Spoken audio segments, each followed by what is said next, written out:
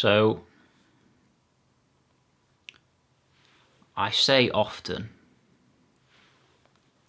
that everything is here to help us awaken. It's all here to help us awaken.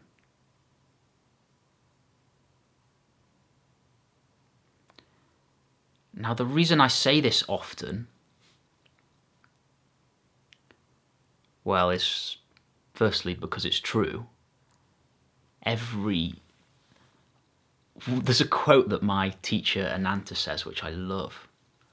She's a really cool woman. She's called Ananta Kranti. And she's had a crazy life. She went to prison in Japan when she was about 30 or something like that, and she's just had a crazy, wild, difficult, challenging life, but she's opened to this amazing depth of presence, and also she's just fully embodied, fully her natural human self, but also with this incredible depth of presence. So you should check her out if you've not checked her out. She's really good. But she has this quote, which is, "You didn't come here for everything to be all sweet and pretty and easy. You came here to realize. You didn't come here in this life for it to just be a lovely, pleasant experience. You came here to realize, you came here to awaken. And this life is set up for our own awakening. Every time something arises within you which is resistant to your experience, every time suffering arises, every time you have something come up which happens which you don't want to happen, every time you have something not happen which you do want to happen, it's all an invitation for us to awaken. It's all an invitation for us to surrender. It's all an invitation for us to, as Ananta would say, die as an ego. Another quote of hers is, "Every time you get the chance to die as an ego, take it." Now, how many times through the day do you have uncomfortable, difficult, challenging, emotional or psychological reactions coming up within you? What if every single one of those wasn't coming up just to hurt and annoy you? What if you're not really a victim to life, but actually life and all the unpleasant experiences are here to help you awaken to that which you really, really in the depths of your soul want? Every single thing here is here to help bring you back home.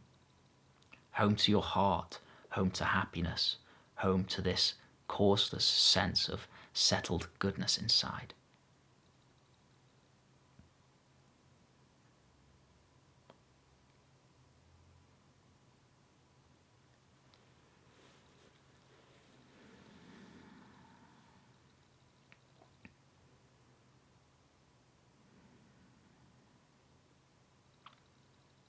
So every time a challenging experience comes up for you, and it brings with it a tendency to identify with the thinking made self, that is an opportunity to see that you are not that thinking made self. That is an opportunity to go beyond that thinking made self.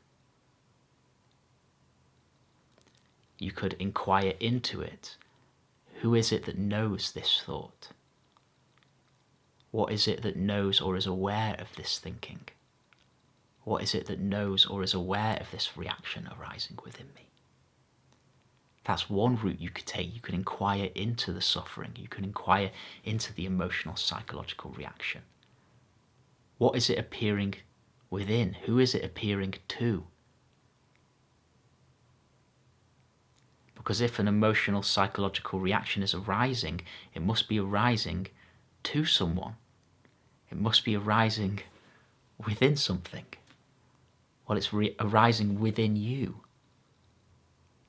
So we can ask ourselves the question, what is that? What am I? What is this that this reaction is arising within? And that can take you beyond it, can take you deeper into your own being. So every time a psychological, emotional reaction arises, it's an opportunity to inquire and to go beyond that reaction, deeper into your own being. And that's just one way that you can approach these reactions. Another way is when these reactions arise, say you're triggered, a trigger happens, or we don't like triggers. A trigger happens, it brings thinking and it brings emotion.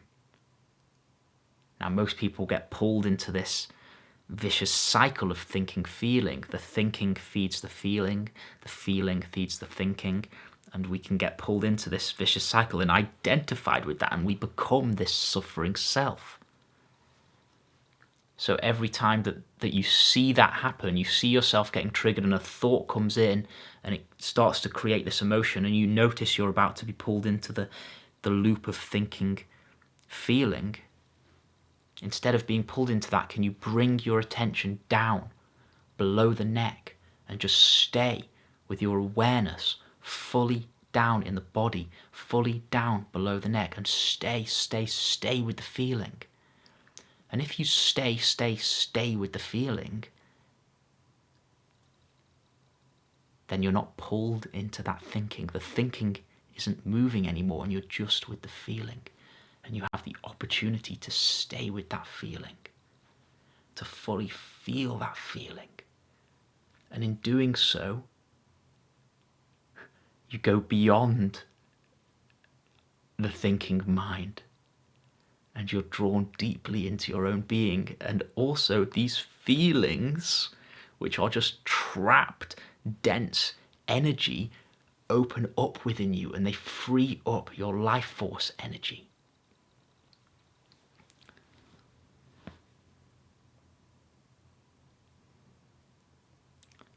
So I've given two little explanations of ways in which you can use any of these emotional, psychological reactions to awaken, to go deeper into your being, to drive you back home.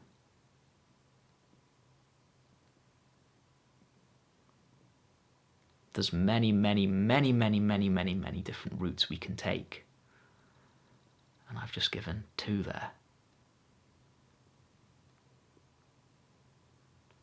Another one that's coming, which I learned recently actually, maybe a year ago, which is very handy, is whenever you feel yourself being pulled into reactivity, you ask yourself the question, where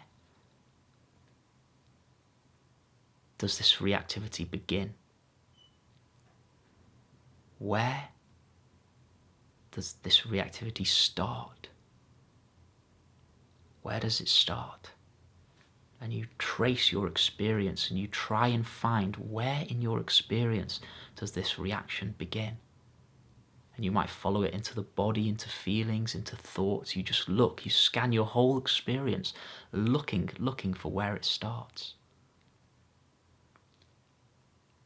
And what that can do when you really look for where this reaction begins, where it starts, it can actually take you out of the reaction into your own being. Again, into your own being. It's all about it coming into your own being.